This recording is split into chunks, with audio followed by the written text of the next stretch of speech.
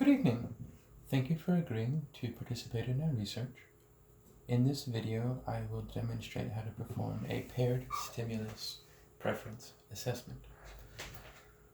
In this video, I will cover the several stages that are needed to conduct it accurately. The first one of these is setup. Before the student ever comes into the room where you'll be testing, it's important to have done a few things first.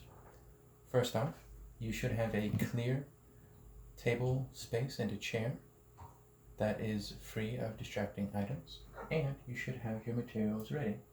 Materials should include a datasheet, which should also include the numbers for various items, and the various toys and things that you'll be using to assess preference for. In my case, I have a book, a glass of tea, a tablet, a protein bar, a video game, and one of my favorite movies. You should also have a stack of index cards or scraps of paper with the various item pairing combinations written on them, so we can safely know that we have gone through every single combination of the items we're going to present. Now, on the datasheet, it's important to mark a few things before we begin the assessment. First, you should attach every item that you're testing to an item number. For instance, on my datasheet, next to item 1, I have written Bloodborne, the name of the video game that I've included in this assessment. For item 2, I have written Good Will Hunting, which is the movie. For item 3, I have written a cup of tea. For item 4, I have written a tablet. For item 5, I have written my Lord of the Rings book here. And for item 6, I have written protein bar. Matching the items to numbers now will help us ensure that we go through every single different item combination to clearly and accurately measure a particular child's preferences. Once we have set all of these things up and we are ready with our materials, we move on to what's called the sampling phase. In this phase, we will pick up each item in our group one at a time and show our child how to use them. We also call this modeling.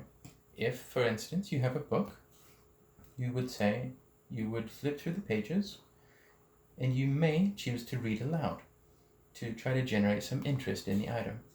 And then you will put the item about 2 feet away from the child and wait 5 to 10 seconds.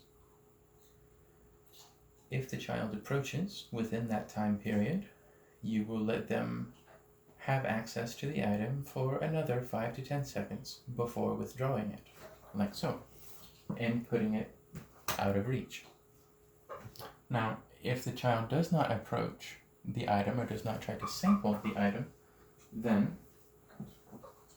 moving back one step, you would simply say, "Hey, try this," and then wait an extra 5 to 10 seconds.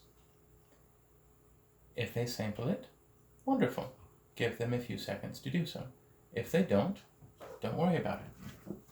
We simply put it back and move on to the next item. Now, in the case of items like movies or video games like this, where you might not really be able to show them or let them sample it at a table, it's okay to have them get up with you and move to an area where they could sample it for a few seconds, like a TV or an Xbox. That's fine, as long as they eventually come back to the table. Now, the next phase is presentation, and this is where these index cards or scraps of paper become really important. The first step of the presentation phase is to shuffle your index cards or papers to help us randomize how we are presenting the different items. Then we set it down and draw the card that's on top. In my case, I have a 1 and a 2 written on the page. It might be a little unclear from where you're viewing, I apologize. Now, for my items 1 and 2 are the video game and the movie. Therefore, you pick up each one in a different hand and place them about 2 feet away from your student and about shoulder width apart. You present them together, wait about 5 to 10 seconds to see if they choose one. As soon as they make a selection, let them have it and take the unselected one and put it out of reach. Then we give them about 30 seconds to try it out, and then we remove it. We move to our data sheet, go to trial number 1, and circle the number of the item they selected. In this case, let's say that my child selected the movie, which is item number 2. You would just circle the number 2 next to trial number 1. And then you would draw another card and present another set of items. Now, ideally, your child will select only one item at a time. However, a few different things can happen. One of these is that they don't approach either item. Let's say that I'm presenting items numbers 1 and 4, which in this case are the video game and the tablet. If I hold them up like this, and the child does not attempt to grab them or use them within 5 to 10 seconds, then you can say, try one, and then wait.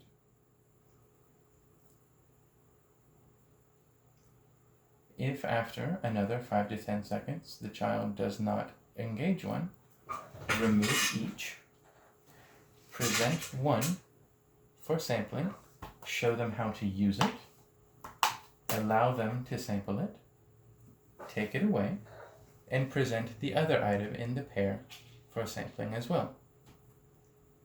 After they have chosen it and sampled it, put them both down, have the child sit down at the table if they had to get up, and present them again and say, try this. And then you write down which selection they made. If they still did not choose one, next to the trial number that you would have, instead of circling a number, you will simply write NS next to it. For instance, items 1 and 4 appear in trial number 3. So, instead of circling a number, I will write NS next to it down here and circle that instead. And then I move on to another pairing. Now, what can also happen is that we can present a set of things, such as a protein bar and a glass of tea. Perhaps the child tries to avoid one. That is, they try to push it away, break it, or get up from the space and move themselves away. If this happens, immediately remove the item that is being avoided, wait until they calm down, bring them back to the table if necessary, and present each item independently for sampling like we did in the previous troubleshooting step. Once we have done this sampling again, present each item again and say, try this. If they make a selection, great. Circle the number of the item they chose first. But, as before, if they did not make a choice, simply write an S next to the trial. And we will then go through every combination of cards until we have done all 15 trials. And then it's over. Thanks for watching.